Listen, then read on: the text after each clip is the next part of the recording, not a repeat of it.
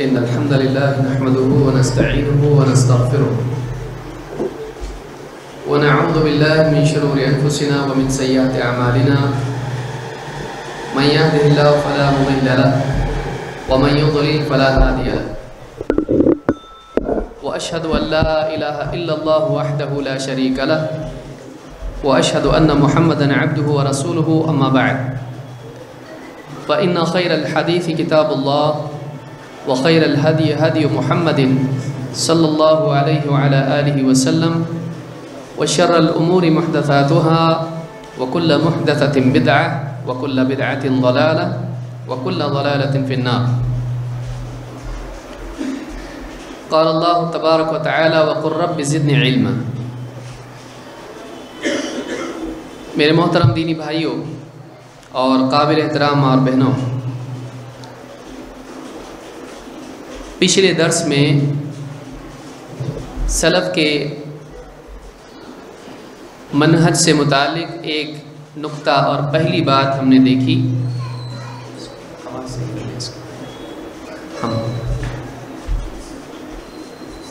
وہ یہ تھی کہ سلف کا یہ طریقہ نہیں ہے کہ علم سے پہلے عمل کریں، بلکہ سلف کا طریقہ یہ تھا کہ وہ کسی بھی چیز پر عمل کرنے سے پہلے اس کا علم حاصل کرتے تھے۔ اس سلسلے میں پچھلے درس میں ہم نے دیکھا کہ علم کی طلب کیوں ضروری ہے اور کس طرح سے خود اللہ تعالیٰ نے اپنے نبی محمد رسول اللہ صلی اللہ علیہ وسلم کو حکم دیا کہ آپ بھی اللہ تعالیٰ سے علم کی زیادتی طلب کریں۔ اس سے بات سامنے آئی کہ انسان چاہے علم کے کسی بھی مرتبے کو پہنچ جائے، اسے ہمیشہ علم کی حرص کرنا چاہیے اور اس کے لیے کوشش کرنا چاہیے۔ علم کی طلب کا ہونا، علم کے لیے کوشش کرنا، اور چاہے علم انسان کے پاس زیادہ ہو پھر بھی علم کی طلب میں نہ رکنا، یہ تینوں چیزیں سلف کے طریقے میں ملتی ہیں اور اس کی کئی مثالیں سلف کی زندگی سے دیکھی جا سکتی ہیں۔ خود نبی کریم صلی اللہ علیہ وسلم سب کے امام، سارے سلف کے امام، آپ کی زندگی میں یہ چیز ہم کو ملتی ہے، اور آپ صلی اللہ علیہ وسلم کی دعا بھی ہم نے پچھلے درس میں دیکھی۔ آج اسی بات کا دوسرا پہلو، جیسے میں نے پچھلے درس میں کہا تھا کہ علم کے بغیر عمل کرنے میں نقصان کیا ہے اور سلف نے کس طرح سے اس چیز سے منع کیا ہے، اس کو برا بتایا ہے۔ مثال کے طور پر سعید ابن عبدالعزیز کہتے ہیں کتب عمر بن عبدالعزیز الى اہل المدینہ انه من تعبد بغیر علم کان ما یفسد اکثر مما یصلح۔ عمر ابن عبدالعزیز مسلمانوں کے خلیفہ تھے اور کبار اہل علم میں سے اور سلف میں سے ہیں۔ ان کو عمر ثانی بھی کہا جاتا ہے اس لیے کہ ان کی خلافت میں واقعی عدل اپنے کمال کے ساتھ امت میں تھا اور کئی مسائل مسلمانوں کے تھے، انہوں نے بہت اچھے طریقے سے ان مسائل کو حل کیا۔ عمر ابن عبدالعزیز رحمۃ اللہ علیہ نے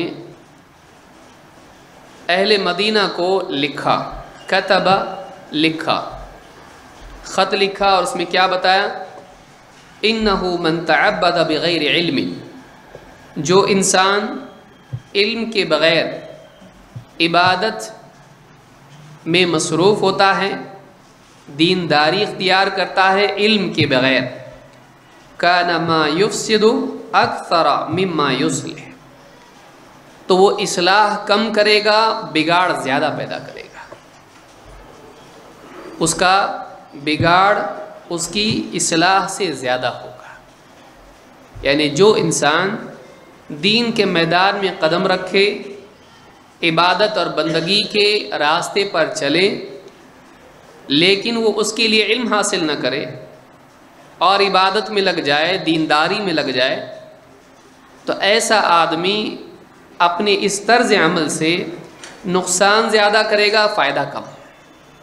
اس میں بگاڑ زیادہ پیدا ہوگا، خیر کم، اصلاح کم ہوگی اور فساد زیادہ ہوگا۔ چاہے اس چیز کو آپ عبادت کے اعتبار سے دیکھیں یا معاملات کے اعتبار سے دیکھیں یا اس کو دعوت دین کے اعتبار سے دیکھیں، یہ بات بالکل اپنی جگہ صحیح ہے۔ ایک انسان عبادت دینداری میں نہیں ہے، دین کی طرف آیا، عبادات کا اہتمام اس نے شروع کیا، اس نے سیکھا نہیں غسل کیسے کرتے ہیں، وضو کیسے کرتے ہیں، نماز کیسے پڑھتے ہیں، سیکھا نہیں، اور اپنے دل سے عمل کرنا شروع کر دے، تو اس انسان کی عبادات صحیح نہیں ہوں گی۔ کیوں؟ اس لیے کہ اس کے پاس علم نہیں ہے۔ ایسا انسان علم کے بغیر جب عمل کا جذبہ اپنے اندر پا کر عمل کرنے لگے گا تو ایسے انسان کے عمل میں بدعات آ جائیں گی۔ اس کو یاد رکھیں کہ ایک انسان کے پاس اگر دین کا جذبہ ہو لیکن دین کا علم نہ ہو اور محض جذبے کے ساتھ وہ عمل کے میدان میں قدم رکھے تو اکثر ایسے انسان کا عمل اس کو بدعات کی طرف لے جاتا ہے۔ ایک انسان، یاد رکھیں اس بات کو، ایک انسان جب علم کے بغیر عمل کے میدان میں محض جذبے کی وجہ سے قدم رکھے، اس کے اندر بہت جذبہ ہے دین کا لیکن علم اس کو نہیں ہے، اور وہ عمل شروع کر دے تو اس کی عبادات میں بدعات شامل ہو جاتی ہے۔ اگر آپ دنیا بھر کے بدعتیوں کو دیکھیں تو آپ کو دکھائی دے گا کہ ان کے پاس جذبہ ہے، علم نہیں ہے، کیونکہ یا تو انسان کے پاس سنت کا علم ہوگا یا پھر اس کے پاس اپنی عقل سے بنایا ہوا کچھ معاملہ ہوگا، اور اسی کا نام بدعت ہے، اسی کو ہوا کہتے ہیں۔ لہٰذا عمر بن عبدالعزیز رحمۃ اللہ علیہ فرماتے ہیں کہ جو انسان علم کے بغیر عبادت گزاری اختیار کرتا ہے اس انسان کے عمل میں فساد زیادہ ہوتا ہے اور صلاح یا اصلاح کم ہوتی ہے۔ اسی طرح سے آپ معاملات کو دیکھیں، ایک آدمی تجارت کے میدان میں قدم رکھتا ہے اور اس انسان کو حلال و حرام اور بیع کے اصولوں کی معلومات نہیں ہے، چاہے وہ بڑے بزنس کو کرے یا چھوٹا، بلکہ جتنا بڑا بزنس اس کا ہوگا اس انسان کی تجارت میں حرام کا شمول زیادہ ہو سکتا ہے۔ وہ ایسی ایسی ڈیل کرے گا جو جائز نہیں، وہ ایسی ایسی چیزیں خرید و فروخت کرے گا جو ہو سکتا ہے اسلام میں حرام ہو۔ اگر علم نہیں ہے اور اس کے بعد تجارت بڑھ گئی اور پھر آ کے کوئی کہے یہ جو آپ کی تجارت ہے اس میں یہ چیز فلاں چیز حرام ہے، فلاں چیز حرام، اب ایسے انسان کے لیے پھر سے لوٹنا بھی مشکل ہو جاتا ہے۔ پھر ایسا انسان کیا کرتا ہے؟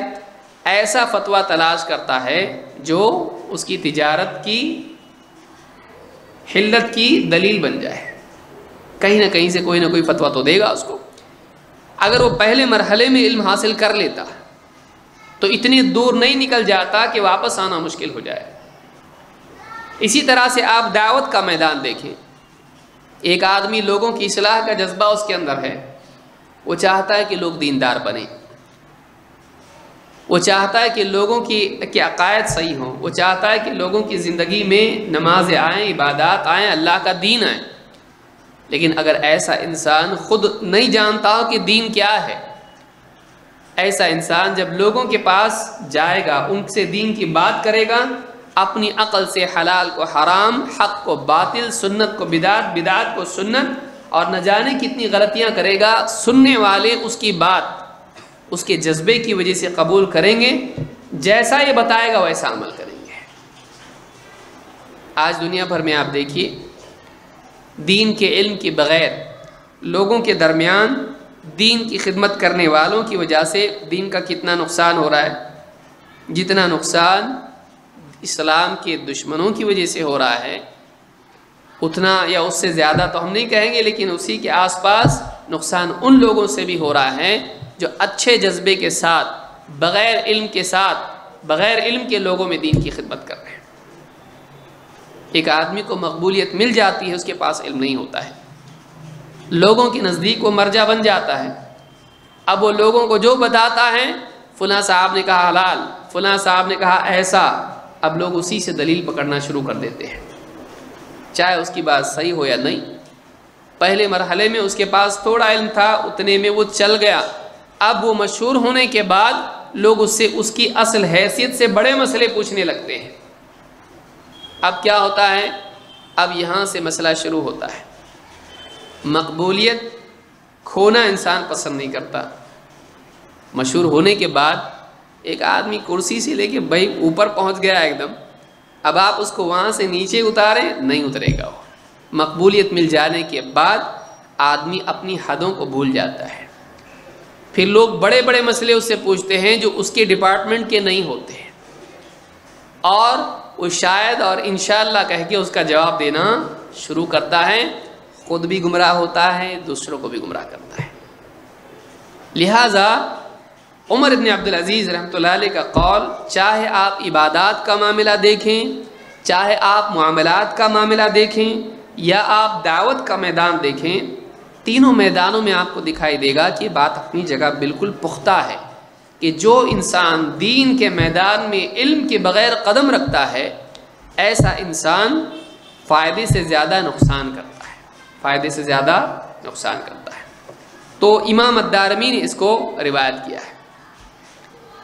اسی طرح سے آپ دیکھیں گے حسن بصری رحمۃ اللہ علیہ کیا فرماتے ہیں، کہتے ہیں العامل علی غیر علم کالسالک علی غیر طریق، بغیر علم کے عمل کرنے والا، علم سے ہٹ کے کسی اور چیز پر عمل کرنے والا اس آدمی کی طرح ہے جو راستہ چھوڑ کے چلنے لگے، جو راستہ کالسالک علی غیر طریق، راستہ چھوڑ کے راستے کے علاوہ کہیں اور سے چلنے لگ جائے۔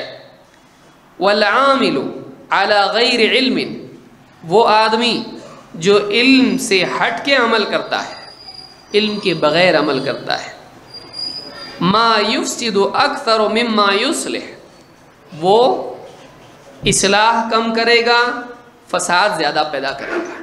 فساد کا مطلب ہوتا ہے بگاڑ۔ اس آدمی کے عمل میں خیر کم ہوگی، شر زیادہ ہوگا۔ وہ اچھا کرنے کی نیت کے ساتھ میں بگاڑ پیدا کر دے گا، نقصان کر دے گا، وہ فائدہ کم کرے گا، نقصان زیادہ ہے۔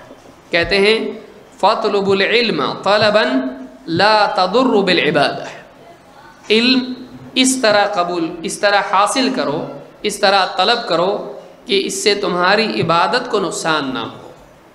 عبادتیں چھوڑ کے علم میں لگ گئے، ایسا مت کرو۔ وَاطْلُبُوا الْعِبَادَةِ، اور عبادت میں اس طرح سے مشغول ہو، طلباً لا تضر بالعلم، کہ تم علم کو نقصان نہ پہنچاؤ۔ اتنی عمدہ نصیحت ہے۔ کہتے ہیں علم میں ایسے بزی ہو کہ عبادت چھوٹے نہیں، اور عبادت میں ایسے مصروف ہو کہ علم نہ رہ جائے، یعنی علم اور عبادت دونوں کو جمع کرو۔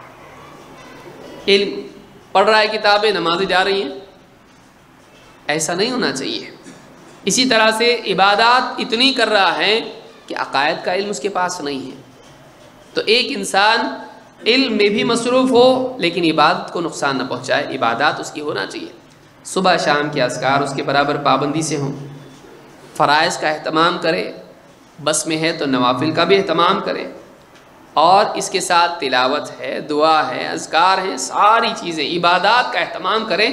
طالب علم یہ نہ سمجھے میں علم میں لگا ہوا ہوں اب عبادات کچھ نہیں، عبادات کا بھی اہتمام کرے۔ کیوں؟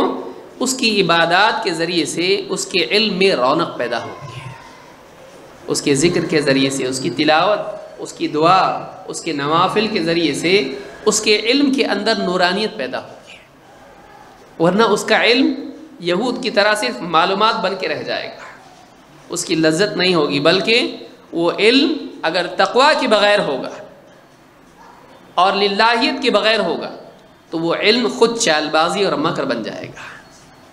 وہی علم پھر وہ راستے نکالے گا اسلام میں چھوٹ کہاں کہاں پہ ہے، وہ راستے نکالے گا اسلام میں فرار کیسے اختیار کر سکتے ہیں، ہیلا بازی میں لگ جائے گا۔ کیوں؟ تقوی نہیں اس کے پاس۔ لہٰذا اللہ کی عبادت گزاری کا اہتمام بھی ہو اور علم کی مصروفیت بھی ہو، دونوں جمع ہونا چاہیے، ایک سے دوسرے کو نقصان نہ پہنچائے۔ کہتے ہیں فَإِنَّ قَوْمًا طَلَبُوا الْعِبَادَةَ وَتَرَكُوا الْعِلْمَ، اس لیے کہ کچھ لوگوں کا حال ایسا ہوا کہ وہ عبادت میں لگے اور انہوں نے علم کو چھوڑ دیا. طلب العبادہ وترک العلم، اشارہ کس کی طرف ہے؟ اشارہ خوارج کی طرف ہے. انہوں نے علم سے زیادہ عبادت کی طرف توجہ دی ہے، انہوں نے علم کو صحیح ذریعے سے حاصل نہیں کیا. فَإِنَّ قَوْمًا طَلَبُوا الْعِبَادَةَ وَتَرَكُوا الْعِلْمَ، اس لیے کہ آپ دیکھیں حدیث میں اللہ کے نبی صلی اللہ علیہ وسلم نے کیا فرمایا تھا؟ وہ قرآن پڑھیں گے لیکن قرآن ان کے حلق سے آگے نہیں گزرے گا، تلاوت ان کی زندگی میں ہوگی. ان کی نمازیں دیکھ کر تم اپنی نمازوں کو کمتر سمجھو گے، ان کے روزے دیکھ کر تم اپنے روزوں کو حقیر سمجھو گے، یعنی عبادات ان کی زندگی میں ہوگی. لیکن دین کا صحیح فہم جس کو آپ کہتے ہیں تفقہ، ان کی زندگی میں تفقہ نہیں ہوگا، گہرا علم نہیں ہوگا. سطحی علم تو سبھی کے پاس ہوتا ہے لیکن واقعی دین کا بنیادی علم اور گہرا علم ان کے پاس نہیں ہوگا. تو کہتے ہیں کہ فَإِنَّ قَوْمًا طَلَبُوا الْعِبَادَةَ وَتَرَكُوا الْعِلْمَ حَتَّى خَرَجُوا بِأَسْيَافِهِمْ عَلَىٰ أُمَّةِ مُحَمَّدٍ صلی اللہ علیہ وسلم. تو نوبت یہاں تک پہنچ گئی، ان کا حال ہی ہو گیا کہ امت محمد پر تلوار لے کے نکل پڑے. کون لوگ ہیں یہ؟ خوارج ہیں، کیونکہ ان سے پہلے حسن بصری سے کون لوگ ہیں؟ یہی خوارج ہیں. اور کون سا طبقہ، کون سا فرقہ ہے جو امت محمد پر صحابہ کے خلاف تلوار لے کے کھڑا ہوا؟ یہ خوارج ہے. تو بتا رہے ہیں کہ یہ نوبت کیوں آئی، اس کی اصل بنیاد یہ ہے کہ انہوں نے تفقہ دین میں حاصل نہیں کیا، تفقہ پیدا نہیں کیا، دین کا گہرا علم ان کے پاس نہیں تھا. عبادات کا شوق تھا، وہ اللہ کی عبادت کرنے کی شوقین تھے، ان کے باطن میں شر نہیں تھا اس اعتبار سے کہ ان کی نیتیں اچھی تھیں.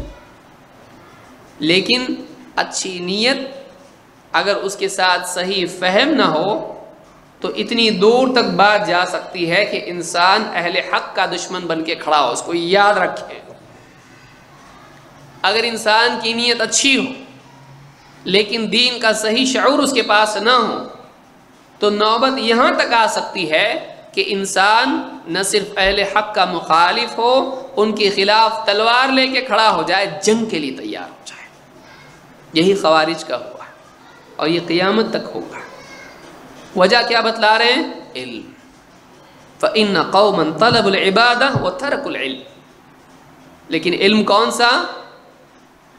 صحابہ والا علم، قرآن و سنت والا علم. قرآن و سنت اور سلف کا فہم ان کے پاس نہیں تھا، اس وجہ سے یہاں تک کہ نوبت آ گئی کہ وہ امت کے دشمن بن گئے. وَلَوْ طَلَبُوا الْعِلْمَ لَمْ يَدُلَّهُمْ عَلَى مَا فَعَلُوا. اگر وہ علم حاصل کرتے تو ان کا علم انہیں اس حرکت تک نہیں لے جاتا جس میں مبتلا ہوئے ہیں. وہ نہیں کرتے جو انہوں نے کیا، یعنی علم نہ ہونے کی وجہ سے یہاں تک نوبت چلی گئی. تو اس سے معلوم ہوتا ہے کہ حسن بصری رحمۃ اللہ علیہ کے نزدیک خوارج کا اصل بگاڑ اور اس کا اصل سبب کیا تھا؟ ان کے پاس دین کا جذبہ تو تھا لیکن ان کے پاس دین کا صحیح علم نہیں تھا.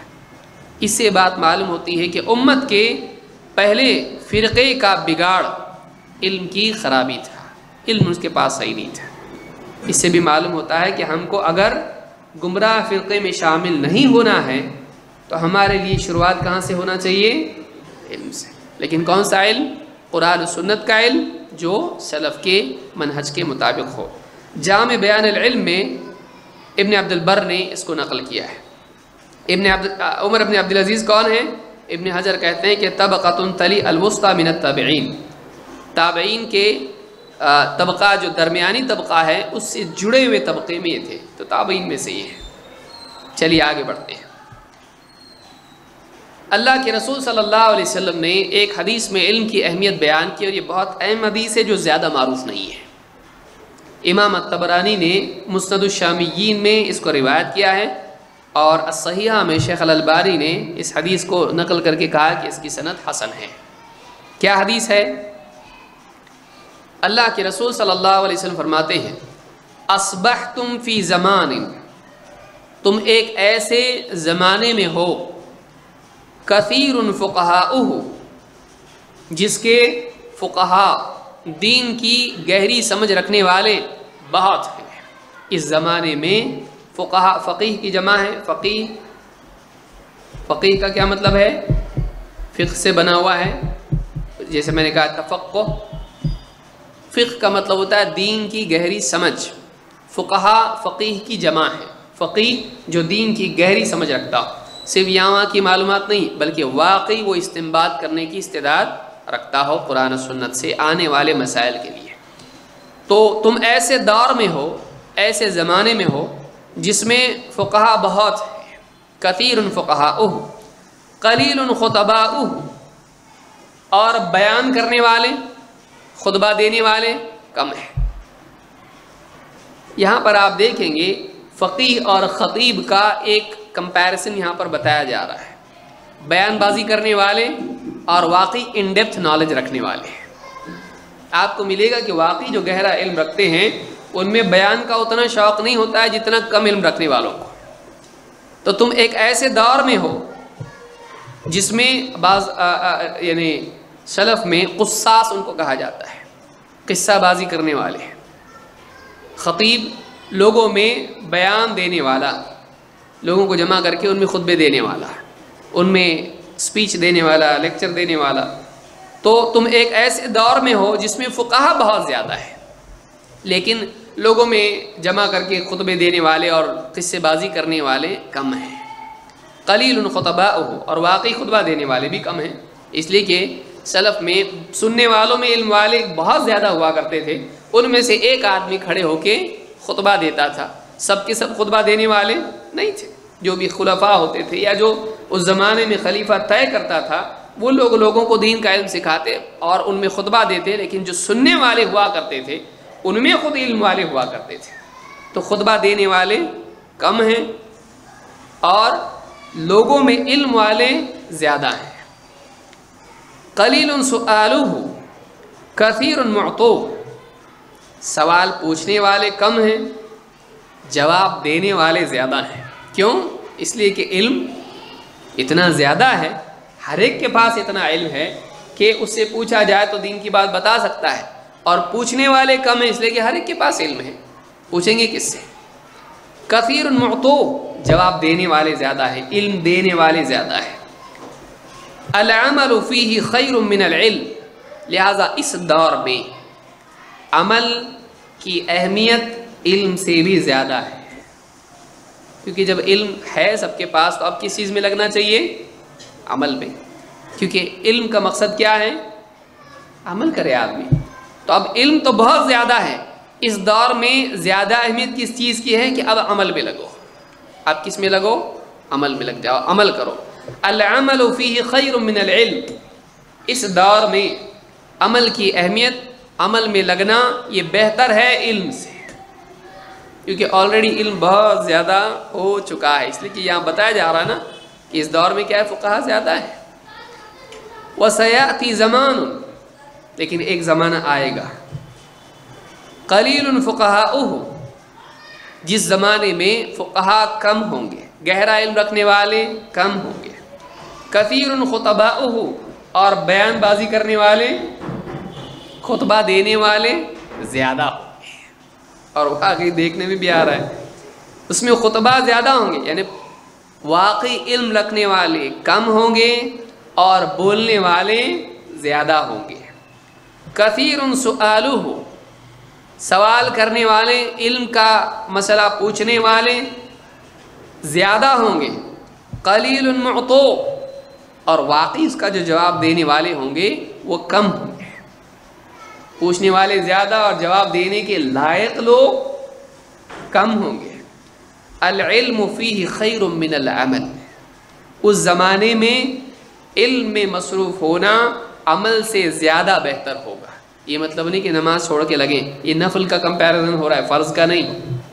یعنی ایک آدمی نمازیں چھوڑ دے اور پھر کتابیں پڑھنے میں لگ جائے، یہ مطلب نہیں ہے، بلکہ دو چیزوں میں انتخاب ہمیشہ ہوتا ہے، نفل علم، نفل عبادت۔ تو ایسی صورت میں یہاں بتایا جا رہا ہے کہ اس زمانے میں علم میں مصروف ہونا، اگر علم ہے بھی تب بھی زیادہ افضل کس چیز میں ہوگا کہ علم کی مصروفیت، اہمیت اس کی زیادہ ہوگی۔ کیوں؟ اس لیے کہ عوام کے پاس اس وقت میں علم کی قلت ہوگی، لوگوں کو سکھانا زیادہ اہم ہوگا اپنی عبادت کے مقابلے میں۔ العلم فیہ، علم کی مصروفیت اس زمانے میں عمل کی مصروفیت سے زیادہ ہوگی، کیونکہ لوگوں کو اس وقت میں علم کی ضرورت ہوگی۔ لہٰذا جن کے پاس علم ہے وہ لوگوں کی تدریس اور تعلیم میں زیادہ مصروف۔ یہ نہیں کہ لوگوں کو ان کے حال پر چھوڑ کر آدمی اپنی عبادت میں لگ جائے، نہیں۔ اور اسی طرح سے ایک آدمی اس کے پاس دین کے بنیادی معاملات میں بھی علم نہیں ہے، اب اس کو چھوڑ کر وہ عبادات میں لگ جائے، نہیں۔ اس کو چاہیے کہ وہ عبادات نوافل کی بجائے علم حاصل کرنے میں اپنے وقت کو لگائے۔ سمجھ میں آ رہی بات؟ تو اللہ کے رسول صلی اللہ علیہ وسلم نے بتلایا کہ آخری دور میں العلم فیہ خیر من العمل، آخری دور میں علم کی اہمیت عمل سے زیادہ بڑھ جائے گی۔ کیوں؟ اس کی ایک وجہ یہ بھی ہے کہ آخری دور میں فتنے بڑھ جائیں گے، کنفیوژن بڑھ جائے گا، اور ایک آدمی کی عبادت کنفیوژن کو دور نہیں کرتی ہے۔ جیسے کوئی آدمی کو سمجھ میں نہیں آ رہا تو نماز پڑھ لے، سمجھ میں آ گیا، ایسا نہیں ہوتا نا۔ اللہ نے کیا فرمایا؟ فَاسْأَلُوا أَهْلَ الذِّكْرِ إِن كُنتُمْ لَا تَعْلَمُونَ، جاننے والوں سے پوچھو اگر تم کو نہیں معلوم۔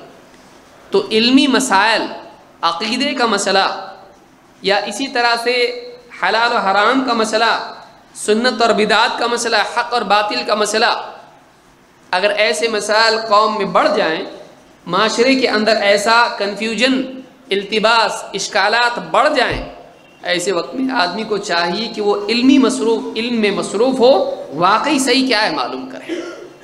تو آپ صلی اللہ علیہ وسلم نے آگے آنے والے دور میں فتنوں کی کثرت کی وجہ سے بھی امت کو اس طرف رہبری دی کہ اس دور میں علم میں مصروف ہونا عمل میں مصروف ہونے سے زیادہ بہتر ہوگا۔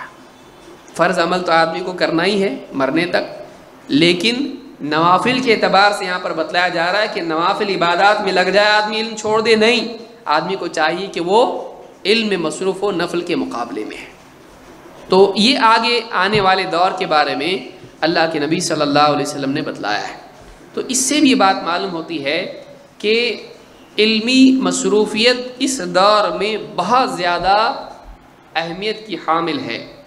نوجوانوں کو خاص طور سے چاہیے کہ وہ علم حاصل کریں اور اپنے اوقات کو علم کے، یعنی واقعی علم کے حاصل کرنے میں لگائیں۔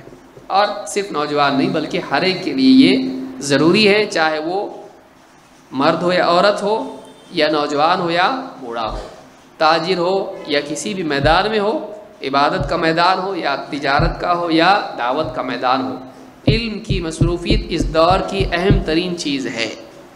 یہ ہوئی پہلی چیز۔ تو اس سے ہم نے کیا سیکھا؟ نمبر ایک کہ آدمی کو چاہیے کہ وہ کسی بھی میدان میں علم حاصل کر کے قدم رکھے، نہ یہ کہ آدمی کود جائے اور اس کو کچھ معلوم نہ ہو، اس میں نقصان ہوگا۔ دوسری چیز اب سیکھتے ہیں۔ دوسری بات یہاں پر شیخ محمد بن عمر کہتے ہیں، لیس من منہج السلف ترک الرجوع للعلماء بل كانوا يدعون الناس الى مجالسة العلماء ولزوم غرسهم۔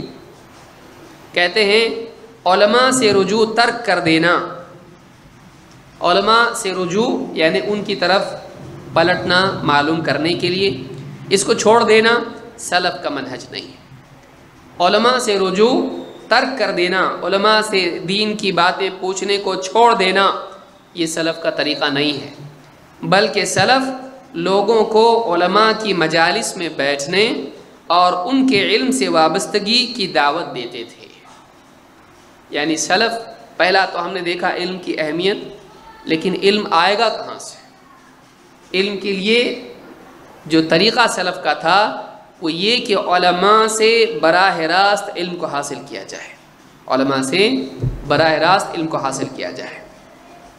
تو علماء سے رجوع ترک کر دینا سلف کا منہج نہیں ہے، اور علماء سلف ہمیشہ اس بات کی دعوت دیتے تھے کہ علماء سے علم کو حاصل کیا جائے۔ اور ان سے جڑے رہے. دو باتیں اس میں ہیں اور کل ملا کے 3 باتیں اس میں انہوں نے کہی ہیں. نمبر 1 علماء سے رجوع چھوڑ دینا. اب ہم نہیں پوچھتے علماء کو، بہت آ گیا ہمارے پاس علم. نہیں، علماء سے ہمیشہ موت تک رجوع کرتے رہنا چاہیے.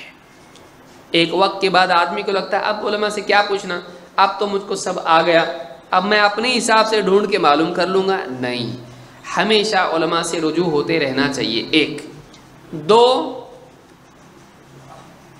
علماء سے لوگوں کو جوڑتے رہنا. بل کانوا یدعون الناس الی مجالسۃ العلماء. سلف ہمیشہ لوگوں کو کیا کرتے تھے؟ علماء سے جڑے رہو، علماء سے جڑے رہو. علماء سے کاٹتے نہیں تھے، علماء سے بدظن نہیں کرتے تھے، خود بھی علماء سے جڑے رہتے تھے اور عوام کو بھی کس سے جوڑتے تھے؟ علماء سے. یہ نہیں کہتے تھے کہ کیا علماء مقلد ہے کیا، شخصیت پرست ہے کیا، یا گوگل ہے نا، یوٹیوب ہے نا، تو پھر کیا ضرورت ہے تجھ کو کرنے کی، علماء سے پوچھنے کی ضرورت کیا ہے؟ تو اپنے طور پر تلاش کر لے، کتابیں ہیں پڑھ لے. نہیں، بلکہ زندہ علماء سے رجوع کرنا یہ ہمیشہ سے سلف کا طریقہ رہا اور وہ ہمیشہ لوگوں کو علماء سے جوڑتے رہے. اور وَلُزُومِ غَرْسِهِمْ، اور علماء سے وابستہ رہنا، علماء سے جڑے رہنا، ہاتھ ان کا چھوڑنا نہیں. یہ گمراہی کا ایسا سیلاب ہے کہ جو آدمی علماء کا ہاتھ چھوڑ دے گا اس سیلاب کے ساتھ بہہ کے نکل جائے گا. یاد رکھیے اس بات کو، کتنا بھی ہوشیار رہے، کتنا بھی ہوشیار رہے. کوئی آدمی اپنے آپ کو بیوقوف نہیں سمجھتا ہے، بیوقوف بھی اپنے آپ کو بیوقوف نہیں سمجھتا ہے، اور یہی اس کی بیوقوفی ہوتی ہے.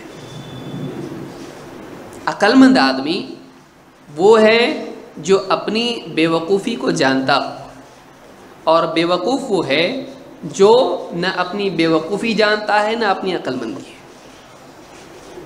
بعد میں غور کیجیے اس کے اوپر.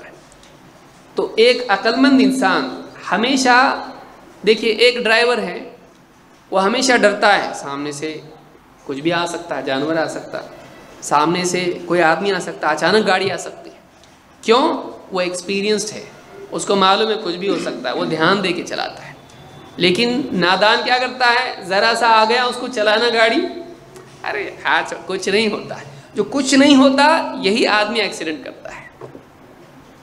جتنا زیادہ آدمی گہرا علم والا ہوتا ہے، جتنا ماہر ہوتا ہے اتنا محتاط ہوتا ہے، اور جتنا آدمی کے پاس علم کم ہوتا ہے بے احتیاطی زیادہ ہوتی ہے.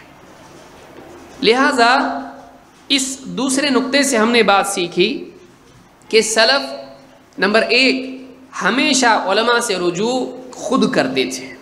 بڑے سے بڑا آدمی ہو وہ ہمیشہ علماء سے جڑا رہے، وہ کبھی اپنے علم پر قناعت نہ کرے، کبھی یہ نہ سمجھے مجھے علماء سے رجوع کرنے کی کیا ضرورت ہے، 50 لوگ مجھ سے پوچھتے ہیں، اب میں ان سے پوچھوں، میں تو خود سے ہی معلوم کر سکتا ہوں.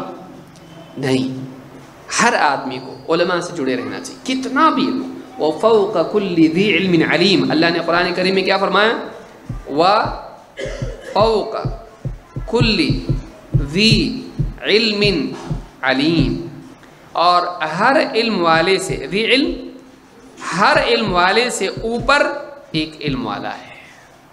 ہر علم والے سے اوپر ایک علم والا ہے. یہاں تک کہ اوپر ہوتے ہوتے ہوتے ہوتے ہوتے سب سے زیادہ، سب سے اوپر علم والا کون؟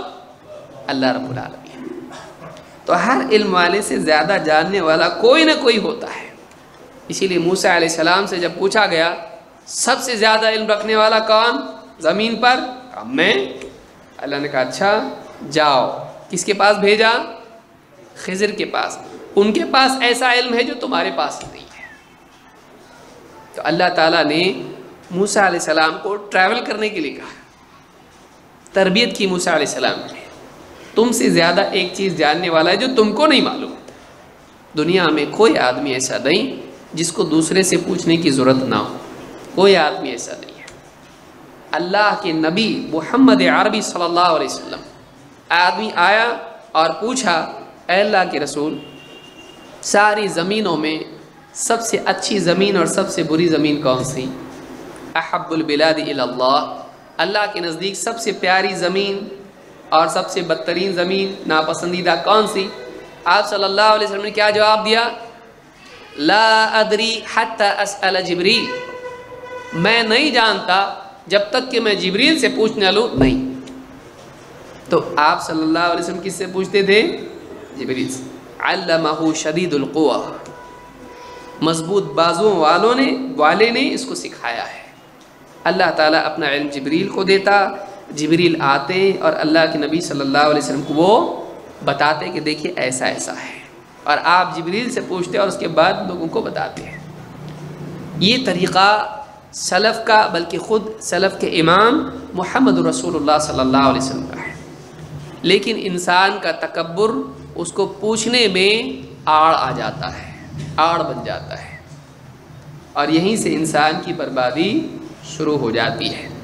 تو اس میں کئی چیزیں، نمبر ایک علماء سے ٹوٹ جانا، کٹ جانا، یہاں سے گمراہی شروع ہوتی، ایک۔ دو، علماء سے لوگوں کو بدظن کرنا، یہ دوسری گمراہی ہے۔ سلف کبھی ایسا نہیں کرتے تھے، خود بھی علماء سے جڑے رہتے تھے اور علماء سے لوگوں کو بھی جوڑتے تھے۔ لہٰذا اس دور میں یاد رکھیے میری بات کو، آج ایسا ماحول بن گیا ہے کہ جو آدمی سلفی نہیں وہ بھی سلفی بول رہا ہے لوگوں کو چکما دینے کے لیے۔ یاد رکھیں اس کو، خاص طور سے سیاسی معاملات میں۔ ہم بھی اہل حدیث ہیں، لیکن ہم لوگ صرف طہارت کے نماز کے مسئلے پہ نہیں بات کرتے ہیں، ہم لوگ کس مسئلے پہ بات کرتے ہیں؟ حکومت کیسے قائم کی جائے۔ تو اب ایسا بول کے یہ کب تک تم پڑے رہو گے اس میں توحید توحید؟ آگے کے بھی مسئلے ہیں، اس پہ بات کرو۔ ارے علماء سے پوچھیں گے، چلو بات کریں گے علماء سے۔ علماء سے کیا پوچھنا؟ کیوں؟ علماء جو ہیں یہ کیا ہیں؟ ڈرتے ہیں۔ دیکھیے آج یہ ہو رہا ہے، ایک خود علماء سے رجوع نہیں کرنا، یہ کہہ کر کہ علماء کو دنیا کے امور معلوم نہیں، یا یہ کہہ کر کہ علماء قابل اعتماد نہیں رہے، وہ امت کی صحیح رہبری نہیں کر رہے ہیں، وہ امت کو خود اپنی جان کے ڈر کی وجہ سے وہ باتیں نہیں بتا رہے ہیں جو بتانا چاہیے۔ تو اس طرح سے علماء سے بدظن کرنا یا علماء کی ناقدری کرنا ایک بڑا طبقے میں بیماری آتی جا رہی ہے، اور وہ اس کو اچھا سمجھتا ہے۔ وہ یہ سمجھتا ہے کہ جو کام علماء نہیں کر رہے ہیں وہ میں کر رہا ہوں۔ یہ صحیح ہے؟ یہ صحیح نہیں ہے۔ اس کا نقصان یہ ہے کہ وہ اپنی غلطی میں اور پختہ ہو جاتا ہے، اور اس کو پتہ بھی نہیں چلتا ہے کہ واقعی میں کیا کر رہا ہوں۔ لہٰذا علماء سے کٹنا یہ سلف کا طریقہ نہیں، علماء سے کاٹنا یہ سلف کا طریقہ نہیں ہے۔ آئیے دیکھتے ہیں علماء کی دین میں کیا اہمیت ہے۔ اللہ کے نبی صلی اللہ علیہ وسلم فرماتے ہیں ید اللہ مع الجماع، بعض روایتوں میں وید اللہ علی الجماع، اللہ کا ہاتھ جماعت کے ساتھ ہے۔ بعض روایتوں میں اللہ کا ہاتھ جماعت کے اوپر ہے۔ ہاتھ کا لفظ عربی زبان میں تین اعتبار سے آتا ہے، ید، یدا، یدان اور ایدی، واحد، تثنیہ اور جمع۔ واحد اور جمع تائید اور نصرت اور قدرت اور قوت کے لیے بھی آتے ہیں، ہاں تثنیہ کبھی اس کے لیے نہیں آتا ہے۔ لہٰذا وہاں پر اللہ تعالیٰ بل یداہ مبسوطتان جہاں کہا ہے اس سے واقعی ہاتھ مراد ہوگا، لیکن دوسری جگہ پر جہاں پر آئے وہاں پر ہاتھ مراد ہو سکتا ہے، اس کے دوسرے معنی بھی ہو سکتے ہیں، اس لیے کہ عربی زبان میں کئی اعتبار سے یہ لفظ آتا ہے، اس کی تفصیل میں نہیں جاؤں گا۔ ید اللہ مع الجماع، اللہ کا ہاتھ جماعت کے ساتھ ہے۔ اللہ کی تائید، اللہ کی مدد، اللہ کی نصرت و حفاظت جماعت کے ساتھ میں ہے۔ اس حدیث کو امام ترمذی نے روایت کیا ہے۔ ابن اثیر رحمۃ اللہ علیہ فرماتے ہیں ید اللہ علی الجماع، اللہ کا ہاتھ جماعت کے اوپر ہے، اس طرح سے بھی روایت آئی ہے۔ اس کی تشریح میں کہتے ہیں ای ان الجماع المتفقہ من اہل الاسلام فی کنف اللہ ووقایتہ فوقہ، اہل اسلام میں جو ان الجماع المتفقہ جس میں اتفاق ہو، سارے کے سارے کسی ایک چیز پر جب متفق ہو جائیں، وہ جو جمع ہو جائیں، اجماع ہو جائے مسلمانوں کا کسی چیز پر، تو یہ اللہ کی حفاظت میں ہوتی ہے۔ اور وَوِقَایَتُهُ فَوْقَهُمْ، اور اللہ کا بچاؤ، اللہ کی حفاظت، سیکیورٹی ان کے اوپر ہے۔ وَهُمْ بَعِيدٌ مِّنَ الْأَذَى وَالْخَوْفِ، اور وہ تکلیف اور خوف سے کیا ہیں؟ دور ہیں۔ تو یہ النہایہ میں ابن الاثیر کہتے ہیں۔ امام ترمذی کیا کہتے ہیں؟ ایک تو معنی جماعت کے کیا ہیں؟ مسلمانوں کا کسی چیز پر اجماع ہو جائے اور مسلمان متفق ہو جائیں تو وہ کیا ہے؟ اللہ کی حفاظت میں آ گئے، اب وہ غلط نہیں ہے۔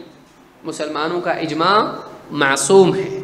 مسلمانوں کا کسی چیز پر جمع ہونا، چاہے وہ مسلمانوں کا خلیفہ ہو یا دینی امور میں سے کوئی عقیدے یا فقہ کا معاملہ ہو، مسلمان جب جمع ہو جائیں کسی چیز پر تو وہ چیز حق ہوتی ہے، وہ اللہ کی وقایہ، حفاظت میں ہوتی ہے۔ ٹھیک ہے، ایک معاملہ یہ ہے۔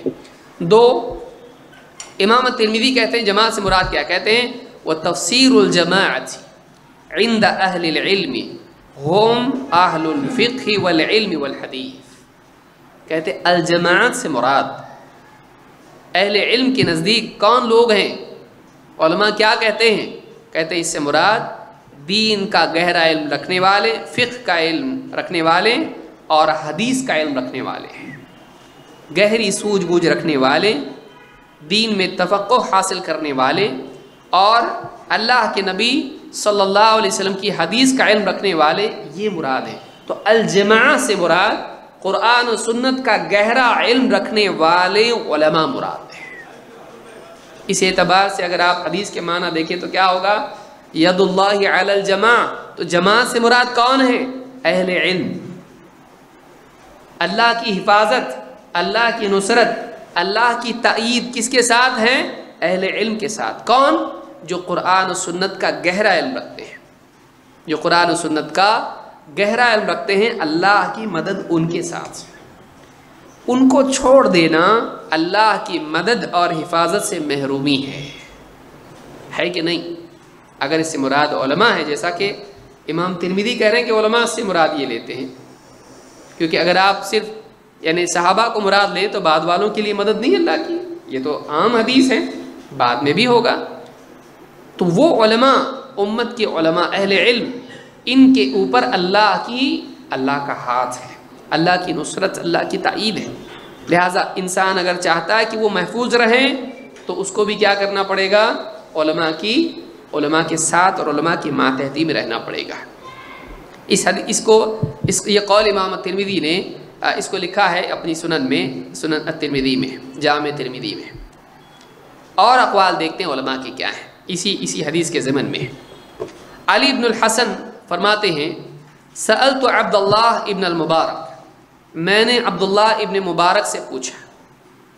عبداللہ ابن مبارک سلف میں بہت عظیم الشان شخصیت ہیں، امام ابو حنیفہ کے شاگردوں میں سے ہیں اور کئی علماء کے اساتذہ میں سے ہیں۔ عبداللہ شروع میں ساتھ میں تھے، بعد میں چھوڑ دیا امام ابو حنیفہ کو، اور امام ابو حنیفہ سے کئی مسائل میں اختلاف بھی ان کا تھا۔ عبداللہ ابن مبارک کے اوپر کسی کی جرح نہیں ہے، سارے علماء ان کے اوپر متفق ہیں، ان کی جلالت کے اوپر، ایک دم اعلیٰ ترین اہل علم میں سے۔ ان سے پوچھا سألت عبداللہ ابن المبارک، میں نے عبداللہ ابن مبارک سے پوچھا من الجماع، جماعت جو حدیث میں آیا ہے، الجماع کئی حدیثوں میں آیا ہے، کون ہے؟ الجماعت سے مراد کون ہے؟ فقال ابو بکر و عمر، کیا کہا؟ الجماعت سے مراد کون ہے؟ ابو بکر و عمر، وہ جس پر جمع ہو جائیں حق ختم۔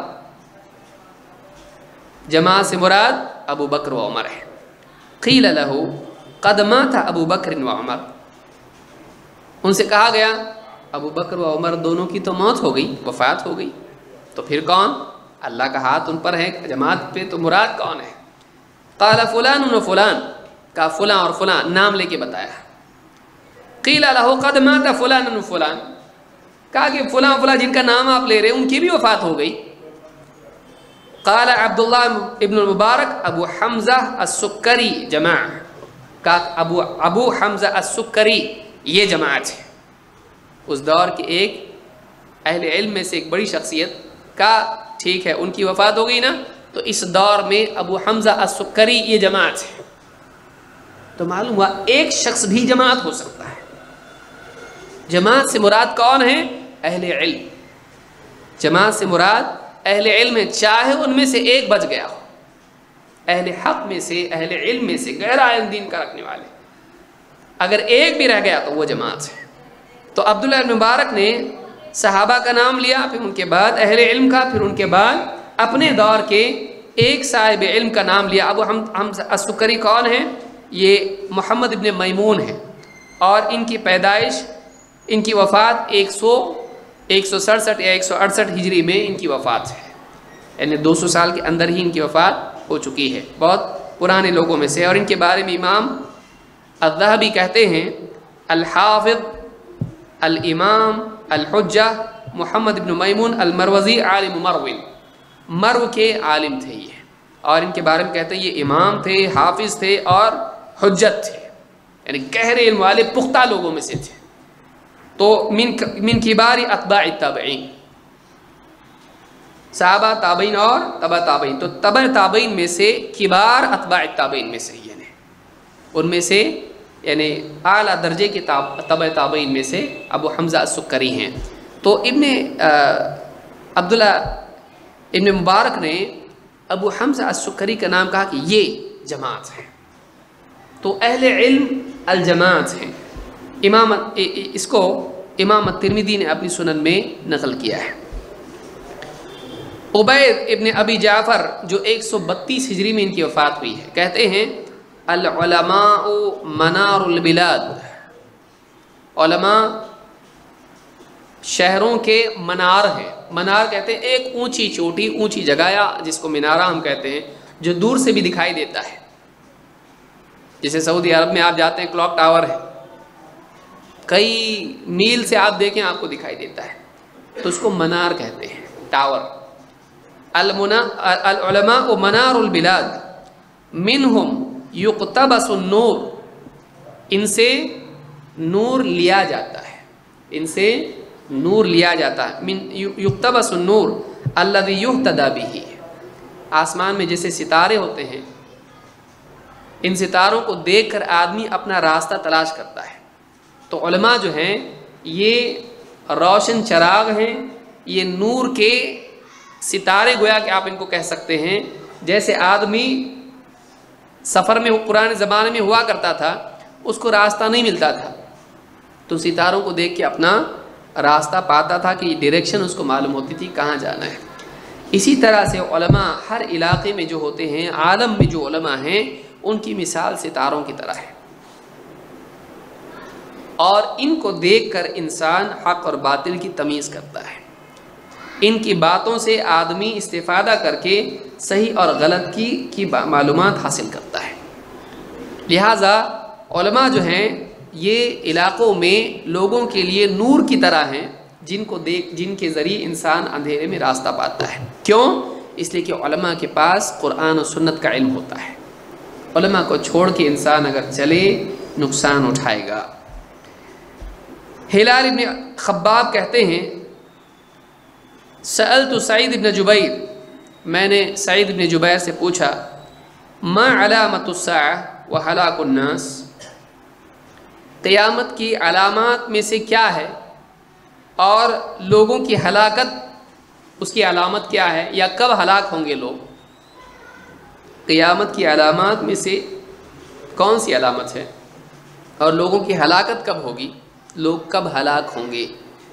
قال اذا ذهب علماؤهم، جب ان کے علماء چلے جائیں، علماء باقی نہ رہے، تو یہ قیامت کی علامات میں سے ہے، اور لوگوں کی ہلاکت وہاں سے شروع ہوگی جب ایک ایک کر کے دنیا سے علماء اٹھتے چلے جائیں گے۔ اذا ذهب علماؤهم، جب ان کے علماء دنیا سے چلے جائیں، یہ ان کی ہلاکت کا وقت ہوگا۔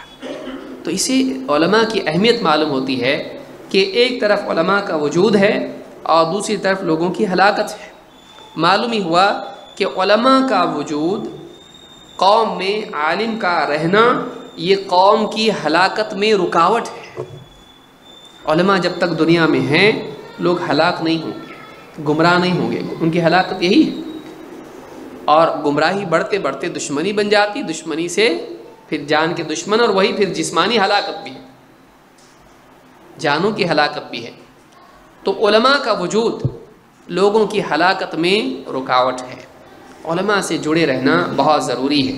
جامع بیان العلم میں ابن عبد البر نے اس کو ذکر کیا ہے۔ ابو دردہ رضی اللہ عنہ فرماتے ہیں تعلموا العلم، تعلموا العلم، علم حاصل کرو، قبل ان يقبض العلم، اس سے پہلے کہ علم اٹھا لیا جائے، علم لے لیا جائے، اس سے پہلے کہ علم لے لیا جائے علم حاصل کر لو۔ وَقَبْضُهُ أَن يُذْهَبَ بِأَصْحَابِهِ، اور علم کا اٹھایا جانا علم والوں کا اٹھایا جانا ہے۔ علم کیسے اٹھایا جائے گا؟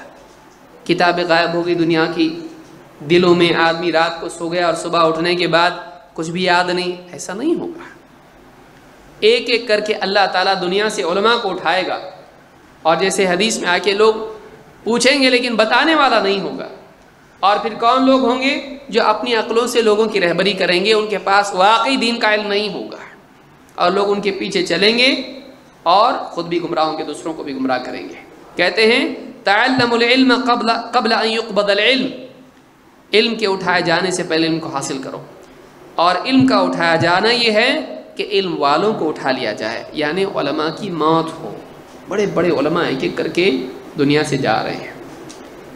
العالم والمتعلم شریکان فی الخیر، عالم اور اس سے علم سیکھنے والا، متعلم طالب علم، دونوں بھی خیر میں شریک ہوتے ہیں۔ سکھانے والے کو سکھانے کا ثواب ملتا ہے، سیکھنے والے کو سیکھنے کا ثواب ملتا ہے، اور دونوں کے علم میں مصروف ہونے کی وجہ سے علم زندہ رہتا ہے، علم تازہ رہتا ہے۔ وسائر الناس لا خیر فیہم، صحابی ہیں ابو الدرداء، کہہ رہے ہیں کہ عالم اور طالب علم دونوں اجر میں خیر میں شریک رہتے ہیں، لیکن ان کے علاوہ جو لوگ ہیں کہ نہ وہ عالم ہو نہ طالب علم ہو، وسائر الناس لا خیر فیہم، اور ان دو کے علاوہ جو لوگ ہیں ان میں کوئی بھلائی نہیں ہے۔ اس لیے غور کریں ہماری حیثیت کیا ہے۔ ہم یا تو سیکھنے والوں میں شامل رہیں یا تو سکھانے والوں میں۔ علم ہے تو سکھائیں، اور کسی چیز کا علم نہیں ہے تو سیکھیں۔ سیکھنے سکھانے میں اگر مشغول آدمی نہیں ہے، دونوں چیزیں چھوڑ دیتا ہے، وہ خیر سے محروم ہو جاتا ہے۔ وسائر الناس، ان کے علاوہ جو ہیں، حدیث میں تو ملعون بھی کہا گیا اس کو، الدنیا ملعونہ وملعون ما فیہا الا ذکر اللہ وما والاہ او عالم او متعلم۔ تو یہ وسائر الناس لا خیر فیہم ان اغنى الناس رجل عالم، لوگوں میں سب سے زیادہ مالدار یا غنی جو محتاج نہیں ہے وہ کون ہے؟ رجل عالم، علم والا انسان۔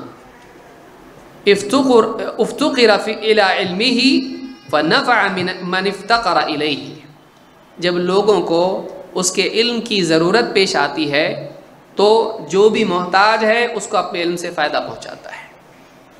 لوگوں میں سب سے زیادہ مالدار کون ہے؟ جس کے پاس دنیا ہو، زیور ہو، سونا چاندی، اور جس کے پاس نوٹ ہو نہیں۔ لوگوں میں سب سے زیادہ مالدار اور غنی وہ ہے جس کے پاس علم ہو، اور ایسا آدمی کہ جب لوگوں کو اس کے علم کی ضرورت پیش آئے وہ ان کو علم سکھائے، اپنے علم سے ان کو نفع پہنچائے۔ وَإِنِ اسْتُغْنِيَ عَنْهُ عَنْ عِلْمِهِ نَفَعَ نَفْسَهُ بِالْعِلْمِ، اور جب لوگوں کو اس کی ضرورت نہ رہے، لوگ اس سے فائدہ نہ اٹھائیں، اپنے آپ کو اپنے علم سے فائدہ پہنچائے۔ ٹھیک ہے بھائی، کوئی پوچھتا نہیں ہے، شکایت کا جھنڈا لے کے کھڑا نہ ہو۔ اگر نہیں پوچھتا ہے کوئی اس سے، اس کی قدر لوگ نہیں کرتے ہیں، شکایت نہیں کرتا ہے، اپنے آپ کو اپنے علم سے فائدہ پہنچاتا ہے، بگڑتا نہیں ہے، بپھرتا نہیں ہے، بلکہ وہ اگر لوگ اس سے فائدہ نہ بھی اٹھائیں، یا مان لو بہت سارے علماء ہیں اور اس کی طرف لوگ رجوع نہیں کرتے ہیں، اس سے زیادہ علم والے کی طرف رجوع کرتے ہیں، وہ ناراض نہیں ہوتا ہے، وہ محتاج نہیں ہے، وہ غنی ہے، وہ اپنے عمل میں مصروف ہو جاتا ہے، وہ اپنی ذات کو اپنے علم سے فائدہ پہنچاتا ہے۔ الذی وضع اللہ عز وجل عندہ، جو اللہ نے اس کو علم دیا ہے اس سے خود فائدہ اٹھاتا ہے۔ اب دیکھیے کیا کہہ رہے ہیں، کہتے ہیں ابو دردہ رضی اللہ تعالیٰ عنہ کہتے ہیں فما لی ارى علماءکم یموتون، میں کیا دیکھتا ہوں تمہارے علماء کو دیکھتا ہوں، میں دیکھتا ہوں کہ تمہارے علماءکم یموتون، تمہارے علماء ایک ایک کر کے دنیا سے رخصت ہو رہے ہیں، ایک ایک کر کے عالموں کی، علماء کی موت ہو رہی ہے، دنیا سے جا رہے ہیں۔ وجہالکم لا يتعلمون، یا وجہالکم لا يتعلمون، میں دیکھتا ہوں کہ تابع ہو جائے گا وہ۔ یہ کیا حال میں تمہارا دیکھتا ہوں، میں دیکھ رہا ہوں کہ علماء دنیا سے ایک ایک کر کے جا رہے ہیں، اور تمہارے جاہلوں کو دیکھتا ہوں کہ وہ علم حاصل نہیں کرتے۔ علماء نکل رہے دنیا سے اور وہ علم ان سے حاصل، ان کے ساتھ ان کا علم چلا جا رہا ہے۔ ایک عالم کا علم اس کی زبان پہ ہوتا ہے جس سے وہ لوگوں کو سناتا ہے، اس میں عوام و خواص دونوں ہوتے ہیں۔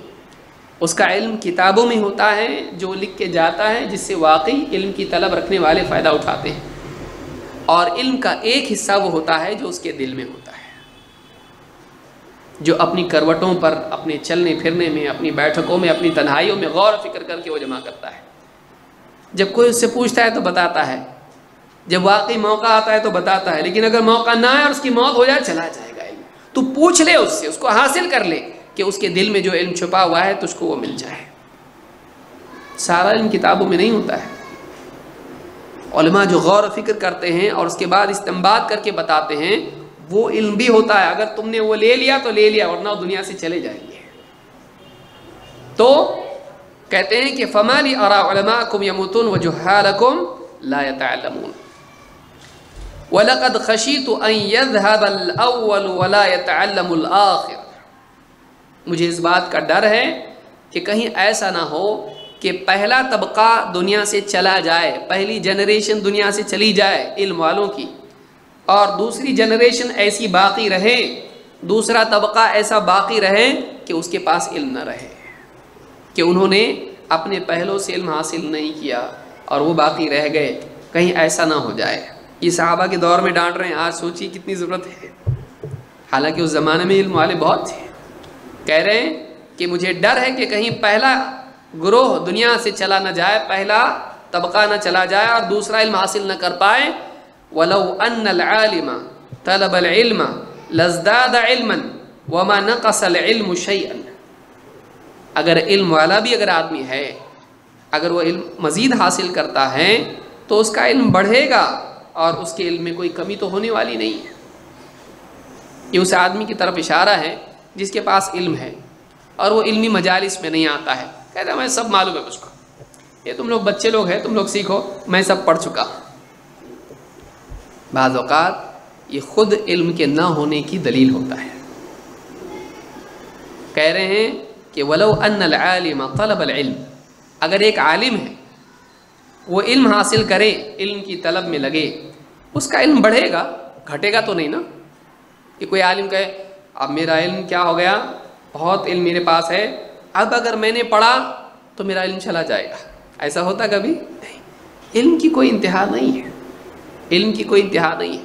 خطیب البغدادی جو ہیں بڑے علماء میں سے گزرے ہیں، مشہور ان کا واقعہ ہے، ان کی جب وفات ہوئی تو ان کے سینے پہ کتاب رکھی ہوئی تھی، موت ہو رہی، بیمار ہے، بستر پر، اتنی زندگی علم میں گئی، لیکن جب موت ہوئی تو اس وقت میں سینے پر کتاب تھی ان کے۔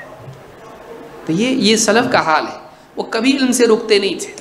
جو آدمی علم سے رک جائے یہ اس کی جہالت کی دلیل ہے۔ جو آدمی علم کی ناقدری کرے، علم کی کوئی چیز چھوٹی نہیں ہے، اس کو چھوٹا سمجھنے والا چھوٹا ہے۔ کوئی چیز علم کی چھوٹی نہیں، وہ کب کام آئے گی معلوم نہیں۔ علم کی ہر بات، دین کی کوئی چیز چھوٹی نہیں بھائی، وہ آسمان و زمین سے زیادہ قیمتی ہے۔ علم کی قدر علم کی طلب میں لگاتی ہے۔ علم کی طلب نہیں ہے، کیوں نہیں ہے؟ قدر نہیں ہے علم کی۔ علم کی قدر آدمی کرے گا، علم کی طلب میں لگے گا۔ مال کی طلب میں کب لگتا ہے؟ بچپن میں نہیں، جب جوان ہوتا ہے سمجھ میں آتا مال کیا ہے، پھر مال کی طلب میں لگتا ہے۔ لہٰذا جس چیز کی قدر ہوتی ہے اس چیز کی طلب میں انسان کوشش کرتا ہے، جس چیز کی طلب نہیں ہوتی کوشش نہیں کرتا ہے۔ تو کہتے ہیں وَلَوْ أَنَّ الْجَاهِلَ طَلَبَ الْعِلْمَ لَوَجَدَ الْعِلْمَ قَائِمًا، اور اگر جاہل علم حاصل کرنے کی کوشش کریں وہ علم کو موجود پائے گا، علم کو کھڑا پائے گا، وہ تیرے لیے ویٹ کر رہا ہے، تو جا، وہ ہے تیرے لیے، کہیں بھاگا نہیں، جا اس سے لے علم ہے۔ فما لی اراکم شباعا من الطعام، یہ ہم لوگوں کے بارے میں ہے، فما لی اراکم شباعا من الطعام جیاعا من العلم، کیا حال ہے کہ میں تمہیں دیکھتا ہوں تمہارے پیٹ بھرے ہوئے ہیں اور تم علم سے خالی ہو، شباعا من الطعام، تم کھانے کے بھوکے ہو، اور یعنی کھانے کے اعتبار سے تم کھا پی کے سیر ہو، شباعا، جیاعا من العلم، اور علم کے اعتبار سے تم ایک دم بھوکے ہو، یعنی تم کھانے پینے میں ایک دم پکے ہو، اور کھانے پینے کے اعتبار سے تمہارے اندر حرکت بھی ہے اور تمہارے پاس خوب کھانے پینے کا معاملہ ہے، لیکن علم میں تم ایک دم بھوکے ہو، تمہارے پاس علم ہی نہیں ہے۔ تو یہ حال تمہارا ہونا نہیں چاہیے۔ علم اتنا انسان حاصل کر لے کہ واقعی اس کی زندگی میں گمراہی نہ شامل ہو سکے۔ لہٰذا یہ جامع بیان العلم میں ابن عبد البر نے اس کو روایت کیا، اس سے معلوم ہوتا ہے کہ صحابہ لوگوں کو ڈانٹتے تھے اور کہتے تھے تم کیا حال ہے کھانے پینے میں لگے اور علم میں نہیں رکھتے، کیا حال ہے تمہارا علماء دنیا سے جا رہے ہیں اور تم علم حاصل نہیں کرتے، کیا حال ہے تمہارا تم اپنے علم پر قناعت کیے ہوئے کہ مجھ کو معلوم ہے اگر علم حاصل کرو گے بڑھے گا، علم گھٹے گا تھوڑی، کیا حال ہے جاہلوں کا بیٹھے ہوئے اور علم حاصل نہیں کرتے، علم موجود ہے لے لو۔ صحابہ لوگوں کو علماء سے جوڑتے، علماء کی قدر، علم کی قدر لوگوں کے دلوں میں پیدا کرنے کی کوشش کرتے ہیں۔ یہ صحابہ کا طرز عمل ہم کو دیکھنے ملتا ہے۔ ابن جمعہ کہتے ہیں قال الشافعی رضی اللہ عنہ، سلف میں سے متفق علیہ شخصیات کے بارے میں ایسا بولنے میں کوئی حرج نہیں ہے، یہ دعا ہے، دعویٰ نہیں ہے، اللہ ان سے راضی ہو۔ ہم کسی کے بھی بارے میں بول سکتے ہیں اللہ تعالیٰ اس سے رضی اللہ عنہم ورضوا عنہ، سب کے لیے اللہ نے کہا ہے جو صحابہ کے نقش قدم پر چلیں، لیکن یہ ہماری طرف سے دعویٰ نہیں ہوتا ہے، کیا ہوتا ہے؟ دعا ہوتی ہے۔ امام شافعی رحمۃ اللہ علیہ فرماتے ہیں من تفقہ من بطون الکتب ضیع الاحکام۔ اب ذرا ایک یہ چیز بھی سیکھ لیں، بعد تو کہتے ہیں بھائی ہم علم حاصل کرتے ہیں لیکن علماء ہی کے پاس جانا ضروری ہے کیا، دروس میں آنا ہی ضروری ہے کیا، ہم کتابوں سے حاصل کر لیتے ہیں، ہم انٹرنیٹ سے حاصل کر لیتے ہیں، تو ہمارے پاس علم کے وسائل ہیں، ہم اس سے لے لیتے ہیں، علماء سے جڑنا ہمارے لیے ضروری نہیں ہے۔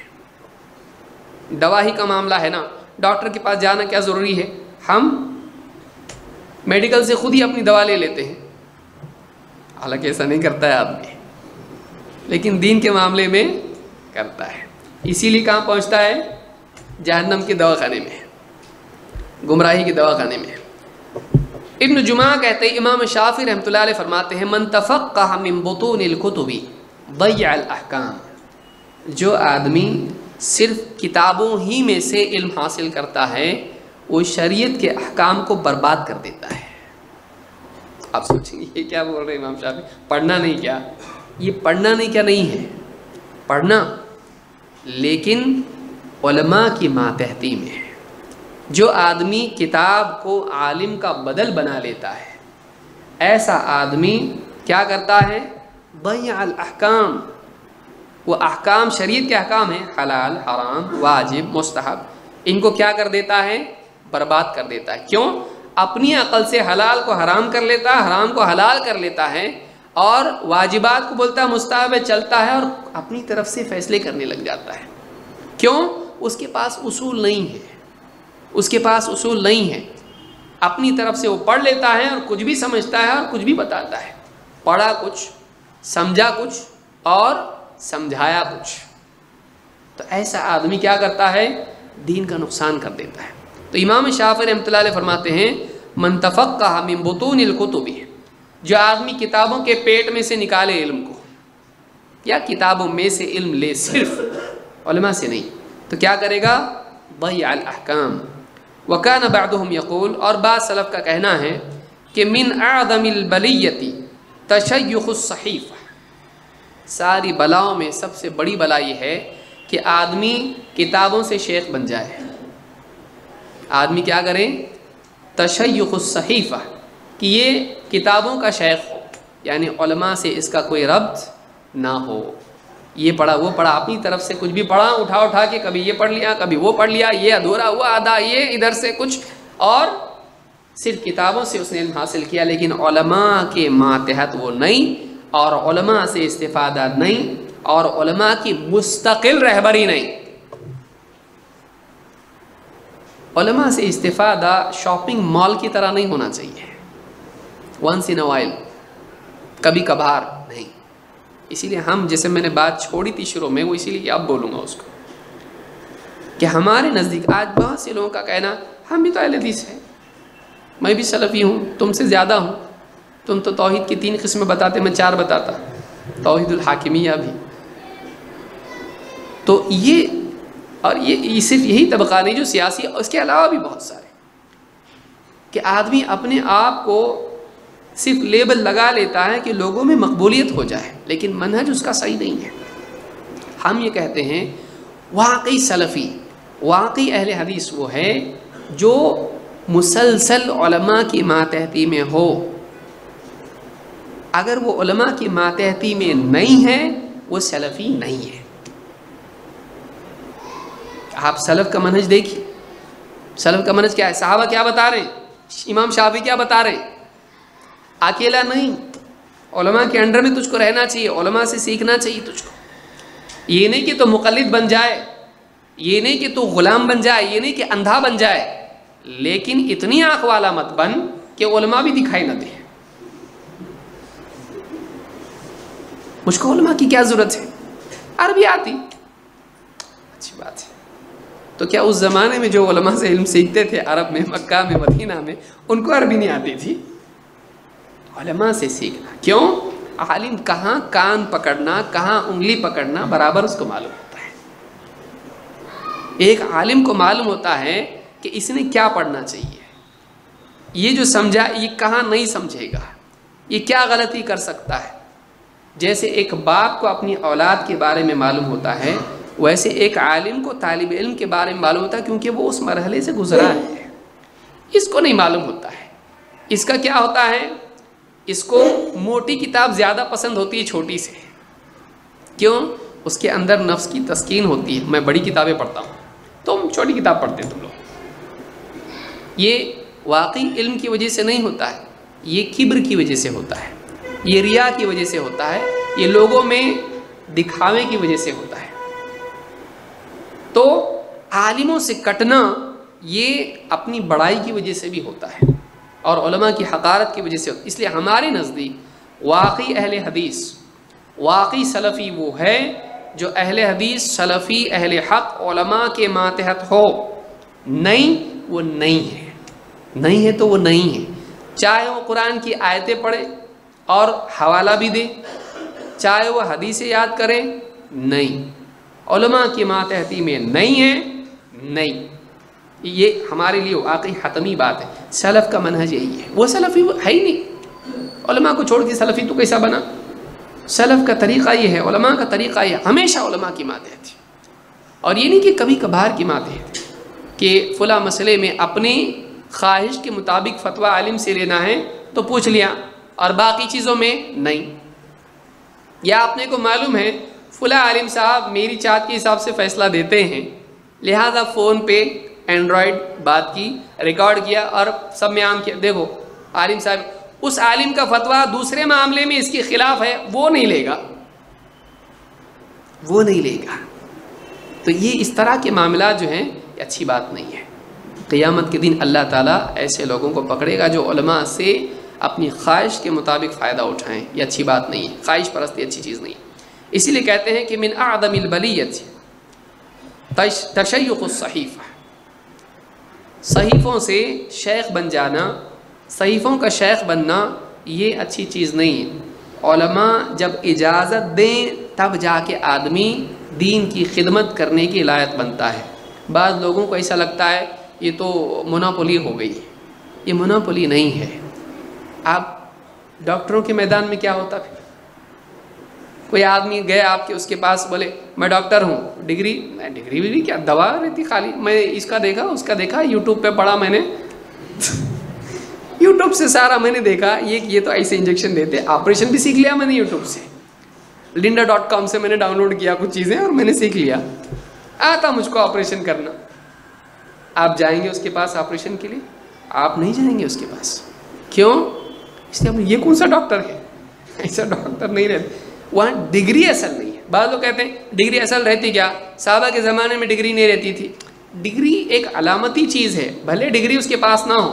شیخ بن باز کچھ ایسا ڈگری، شیخ البانی کے پاس ایسی کوئی ڈگری نہیں تھی، لیکن انہوں نے علم حاصل کیا شیوخ سے. بعض اس میں ایکسیپشنز ہو سکتے ہیں، بہت کم ہوتے ہیں، نادر ہوتے. شیخ عثیمین نے بھی اس کو ذکر کیا ہے کہ ایسے علاقے دور دراز کے جہاں پر علماء میسر ہی نہ ہو جس سے وہ سیکھ سکے، اور وہ انسان کتب سے علم حاصل کرے اور بعد کے دور میں علماء اس کی لیاقت کو دیکھ کر اس کے لیے کہیں کہ ہاں، جیسے شیخ البانی تھے مثلا، کہ ان کو زمانے میں میسر نہیں ہوا کوئی، انہوں نے پڑھا اور پھر بعد میں اتنا مقام ان کا بنا کہ علماء نے خود ان کو، یعنی ان کے بارے میں ہم کیا بولے وہ ہمارے بارے میں بولنا چاہیے، ایسے ہو گئے. لیکن ایسے کیسے ہوتے ہیں؟ بہت شاذ و نادر، بہت کم ایسے لوگ پیدا ہوتے ہیں. شیخ عثیمین نے بھی حلیت و طالب علم میں اس کی طرف اشارہ کیا ہے، ایسے بہت کم ہوتے ہیں. قاعدہ یہ نہیں ہے، قاعدہ یہ ہے کہ ایک آدمی علماء اس کو میسر ہیں، علماء سے علم حاصل کرے گا. علماء کو چھوڑ کے کتابوں میں جا کے اپنا علم حاصل نہیں کرے گا، اس کو علماء سے علم حاصل کرنا چاہیے. کیوں؟ اس لیے کہ علماء جانتے ہیں کیا آدمی غلطی کر سکتا ہے، اس کو اس غلطی سے بچا سکتے ہیں. اور جو دیکھیے آپ، یعنی اس کے لیے بہت بڑی آپ کو کورس کرنے کی ضرورت نہیں. جو لوگ علماء سے مربوط نہیں ہوتے ہیں وہ جب دین کی اہم چیزوں میں بات کرنا شروع کرتے ہیں، بلکہ عام چیزوں میں بھی ایسا قول پیش کرتے ہیں جو 1400 سال میں کسی نے پیش نہیں کیا ہے. علماء گھبرا جائیں، کیا بول دیا اس نے، ایسی بات بولتے ہیں، نئی بات ایک دم. کیوں؟ اس لیے کہ ان کو علماء سے علم حاصل کرنے کا شرف حاصل نہیں ہوا. تو گاؤں دیہات میں کوئی آدمی پڑھا بیچارہ، وہ سنتا ہے آڈیو، یہ اس کی بات ہم نہیں کر رہے ہیں. ٹھیک ہے، اس کے لیے جو میسر ہے وہ وہی کر رہا ہے. لیکن انسان اس کے پاس علماء میسر ہوں اور یہ کہے علماء کی ضرورت نہیں، میں گھر پہ بیٹھ کے میرا پڑھ لکھ کے میں بن رہا ہوں، تو یہ آدمی صحیح نہیں ہے. یہ نقصان اٹھائے گا. تذکرۃ السامع والمتکلم میں یہ قول ابن جمعہ نے ذکر کیا ہے. اس کی آخری بات کہہ کے میں اپنی بات کو ختم کر رہا ہوں. امام مجاہد رحمۃ اللہ علیہ فرماتے ہیں آدمی کیوں نہیں علماء کے پاس بیٹھتا، وجہ اس کی کیا ہے؟ کہتے ہیں لا يتعلم العلم مستحی ولا مستكبر. مجاہد تابعی ابن عباس کے شاگرد ہیں.